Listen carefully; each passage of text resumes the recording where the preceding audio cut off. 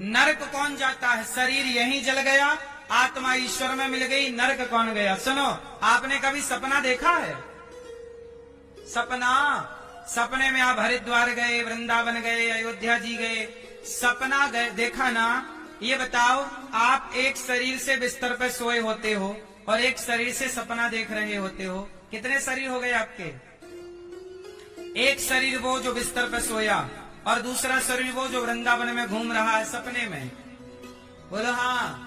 तो सपना देखने वाला जो शरीर है उस शरीर को कहते हैं सूक्ष्म शरीर। क्या बोलते हैं उसे? आपके पास शरीर है ना, एक ये वाला भी है बिस्तर पर सोने वाला, और एक सपना किसने देखा था? किसने? आपके सूक्ष्म शरीर ने। अच्छा, जब सपना आपने देखा था उस समय आपकी आत्मा इस शरीर में थी कि सपने वाले शरीर में थी? आत्मा कहाँ थी? यदि आत्मा सपने वाले में चली जाती तो ये शरीर मर ना जाता? आपकी भाषा में मर जाता। इसका मतलब आत्मा यहीं रहती है। आत्मा इस शरीर को जब छोड़ती है तो उसी को आप लोग मानते हो मर गया, जबकि जो सपना वाला शरीर है उस शरीर को आत्मा की जरूरत नहीं है। बोलो हाँ। स्वप्न को देखने वाला जो शरीर है उसे आत्मा की जरूरत नहीं है। वो सेल्फ डिपेंड है, आत्मनिर्भर है, क्योंकि आत्मा एक है। और आप एक शरीर सोया था कमरे के अंदर और एक घूम रहा था वृंदावन में, तो आत्मा तो या उसमें होती तो ये मर जाता, और इसमें है तो वो चल रहा है। इसका मतलब वो सेल्फ डिपेंड है। क्यों? क्योंकि उसमें मन प्रधान है। क्या प्रधान है? सूक्ष्म शरीर बनता है 4 चीजों से: मन, बुद्धि, चित्त, अहंकार। जब आप सपना देखते हो तो वो मन में सोची गई बातें सपने में दिखती हैं। अक्सर सपने में क्या दिखता है? जो आप सोच के सोते हैं, सोचा हुआ ही सपने में आता है। मतलब सपना देखने वाला कौन है? मन। बोलो हाँ। सपना देखने वाला कौन है? और उस मन का सपोर्ट कर रही थी उस समय बुद्धि, और बुद्धि का सपोर्ट कर रहा था चित्त, और चित्त का सपोर्ट कर रहा था अहंकार। मतलब इन चारों की मिली भगत से सपना देखा जाता है। और यही चारों, इसे कहते हैं सूक्ष्म शरीर। यही सूक्ष्म शरीर जब यमदूत पकड़ते हैं तो सूक्ष्म शरीर खींच लेते हैं। तो सूक्ष्म शरीर जब निकाले तो आत्मा भी उस सूक्ष्म शरीर में प्रवेश कर जाती है और ये शरीर यहीं रह जाता है। यमदूत उस शरीर को ले जाके यमराज के सामने पेश करते हैं कि इस जीवात्मा ने इतना पाप किया, इतना पुण्य किया। जो आपने पाप किया वो पाप का दंड नरक में मिलेगा, जो पुण्य किया उसके फल भोगने स्वर्ग में जाओगे।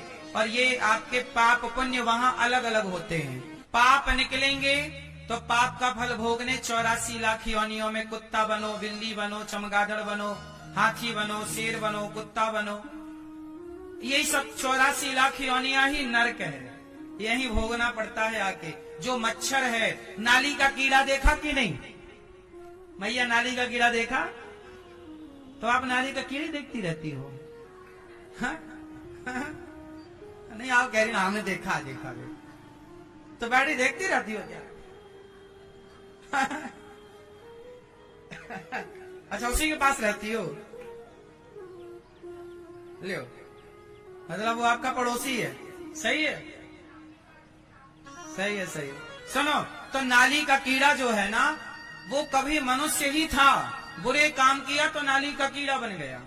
हम भी बुरे काम करेंगे तो नाली का कीड़ा बनना पड़ सकता है, कुत्ता बनना पड़ सकता है। इसलिए कहता हूँ बुरे काम से बचो। बुरे काम करोगे तो 84 लाख योनियों में जाओगे। इसलिए आपके कर्मों से आपने जो किया है वही आपको मिलना है और कुछ ना मिलेगा। जो यहाँ बोया है वही काटने को मिलेगा। बुरा किया तो बुरा पाओगे, भला किया इसलिए कहता हूँ अच्छा करो। किसी को एक थप्पड़ मारा होगा ना तो आपको भी कोई एक थप्पड़ मारेगा जरूर। आपने किसी के बेटे को मारा होगा तो आपके बेटे को कोई मारेगा। आपने किसी की पत्नी को मारा होगा तो आपकी पत्नी को कोई मारेगा। आप किसी स्त्री का घर बिगाड़ोगी कि तेरे पति पे हम डोरे डाल लें तो तुम्हारा भी कोई घर बिगाड़ देगा, है ना। तुम किसी स्त्री का घर बिगाड़ोगे तो तुम्हारा भी कोई घर बिगाड़ेगा, क्योंकि ये देखो प्रकृति का नियम है। एक साधु थे, एक गांव में गए, एक संत जी एक गांव में गए तो गांव वालों ने हाथ जोड़ा, कहा महाराज हमारा गांव बचा लो, हमारा गांव बड़ा संकट में है। तो संत ने बोला कौन सा संकट आपके गांव में आ गया? बोले हमारे गांव में एक वैश्या आ गई है और वो वैश्या गांव के बच्चों को बिगाड़ रही है। तो संत जी ने कहा ठीक है मैं उस वैश्या को ठीक करता हूं। तो संत जी ने उस वैश्या के घर के सामने अपनी घास की कुटिया बना ली और साधु जी राम राम कृष्ण कृष्ण राम राम कृष्ण कृष्ण जपने लगे, सीताराम राधे श्याम। अब वो वैश्या, उसके जो ग्राहक आए, उसके जो लोग आए, वो बड़े डिस्टर्ब होने लगे बाबा जी के कीर्तन से। तो एक दिन वैश्या ने अपने यार से कहा कि बाबा की कुटिया जला दो। तो वैश्या के यार तो यार हैं, गए और बाबा की कुटिया में माचिस मार दी। बाबा की कुटिया जल गई, लेकिन जली तो भगवान ने हवा चलाई, पर हवा चली तो आग है, उड़ उड़ के उस वैश्या के घर में भी चली गई। उसका भी घर लकड़ी का था, उसके घर में भी आग लग गई, उसका भी घर जलने लगा। वैश्या दौड़ी दौड़ी आई, बाबा आपने मेरा घर जला दिया। संत ने कहा देख ऐसा नहीं है, तेरे यार ने मेरा घर जलाया तो मेरे यार ने तेरा घर जला दिया। आप किसी का घर जलाओगे, आप किसी का घर बिगाड़ोगे, आप किसी की पत्नी को बिगाड़ोगे, किसी के पति को बिगाड़ोगे, किसी का बसा बसाया घर बिगाड़ोगे तो तुम्हारा भी बिगड़ेगा। यदि आज तुम्हारा कुछ बिगड़ा है तो जरूर तुमने कभी किसी का बिगाड़ा होगा, ये उसी का फल है। इसलिए चुपचाप भोगो अपना फल और अब ना बिगाड़ो किसी का। यदि अब बिगाड़ोगे तो आगे का भी आपका सब बिगड़ जाएगा। जैसी करनी वैसी, पेड़ बोए बबूल का तो आम कहां से आए। व्यक्ति जो बोता है वो पाता है। बोलो हाँ। कौरवों ने पांडवों का बिगाड़ा, कौरवों ने पांडवों का बिगाड़ा। कौरवों ने पांडवों की संपत्ति हड़प ली, राज्य हड़प लिया, पत्नी हड़प ली।